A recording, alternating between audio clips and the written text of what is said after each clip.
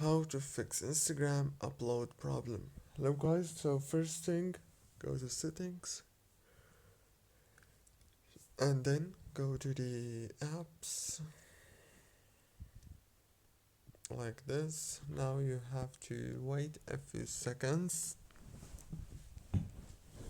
After that, it will take you into this page, or what you wanna do is scroll and scroll until you find Instagram.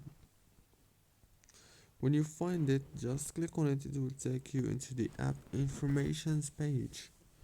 Click here on this permissions and make sure that all the permissions are enabled. After that, go back, click on data usage.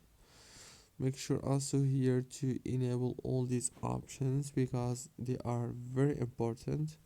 Go back and click on storage, click on clear data and clear cache. Go back to the settings on your phone, click on wireless and networks, enable the airplane mode and disable it. Don't forget to subscribe and like.